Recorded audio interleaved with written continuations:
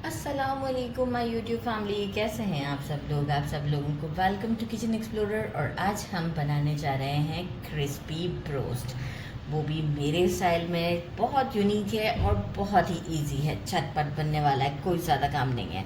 सबसे पहले मैंने ले लिए हैं 4 इस तरह से लेग पीस हैं, और इसे मैंने क्या किया था, ब्राइनिंग किया था। इसे मैंने विनेगर और सॉल्ट और वाटर को मिक्स किया था। विनेगर मैंने लिया था measuring half cup, salt 2 teaspoon और वाटर बाकी का, मतलब ये पूरा बोल मैंने फिल कर दिया था पानी से बाकी। और इसे 2 आवर्स के लिए मैंने सोक कर दिया था। इसमें अच्छे से जो है वो इसमें से सारा डर्ट निकल गया। एक अच्छा सा वॉश दिया, सीव में रखा, और now you can see the look, बिल्कुल क्लीन हो चुका हुआ है ये। अच्छा, इसके लिए हमें क्या करना है कि एक सॉस प्रिपेयर करना है इसकी मैरिनेशन के लिए, जो कि बहुत ही सिंपल सा है।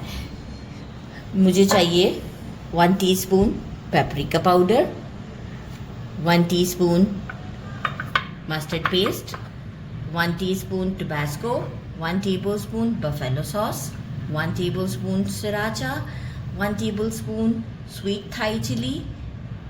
ये पेस्ट ही है, मतलब वो है, ये लिक्विड के फॉर्म में है, right. 1 teaspoon onion powder, 1 teaspoon white paper and 1 teaspoon salt. अब मैं क्या करूँगी, इन सब चीज़ों को एक बोल में डालूँगी। आप कहेंगे डायरेक्ट चिकन के ऊपर क्यों नहीं डाल रहे। पेपरिका क्लीन करते जाएंगे स्पून को, या दूसरा स्पून भी आप यूज़ कर सकते हैं, राइट। मस्टर्ड,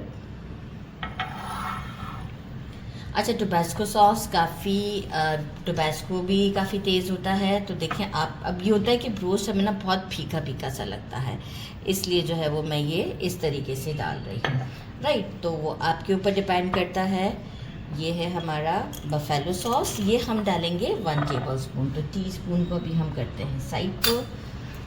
बफेलो सॉस ये भी काफ़ी ज़्यादा स्पाइसी होता है।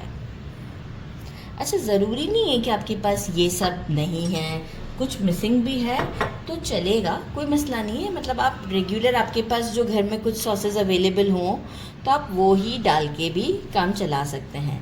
मतलब हर सॉस में कुछ ना कुछ तो आपको फ्लेवर आएगा ही, पर ये जो मेरे पास है वो भी बहुत ज़्यादा टेस्टी हैं, तो इसलिए मैं ये यूज़ करती हूँ।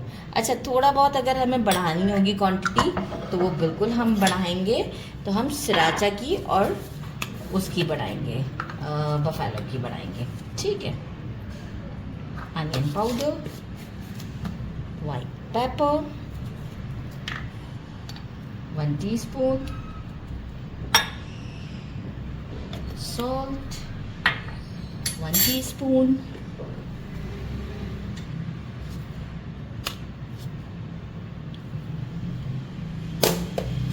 और इसे एक अच्छा सा देते हैं मिक्स। मैंने गार्लिक पाउडर ऐड नहीं किया है, 1 टीस्पून गार्लिक पाउडर भी हम ऐड करेंगे, वहीं साइड पे रखा हुआ था, वो पैकेट में था, इस वजह से। गार्लिक के बगैर तो कोई चीज़ अच्छी नहीं लगती है। इसे करते हैं मिक्स, थोड़ा सा अच्छे तरीके से मिक्स करते हैं इसे। ठीक, अच्छा सा मिक्स दे दिया है, और सराचा और बफेलो को मैंने 1 टेबलस्पून और बढ़ा दिया। ये एक आता है इंजेक्शन जो कि मैरिनेशन के लिए होता है, ये मैंने ले लिया है। इसे मैं इसमें डाल देती हूँ, बस ज़्यादा नहीं डालेंगे, अभी जितनी ज़रूरत है हम उतना ही इसे डालेंगे। ये हमारे कैमरामैन ने गड़बड़ किया है। अच्छा, अब हम क्या करेंगे, ये हमने भर लिया है, और अब हम इन पीसेस में जो है वो इस तरीके से करते हुए देखें कितने इजीली हम इसमें इंजेक्ट करते जाएंगे। जितना जितना आपको जहाँ जहाँ डालना है, बड़ा इजीली इससे काम हो जाता है मैरिनेशन का हमारा। और ये देखें कैसे फूलता जा रहा है, फील हो रहा है आपको। इस तरीके से करते हुए अच्छे से मैं इसे मैरिनेट करती हूँ।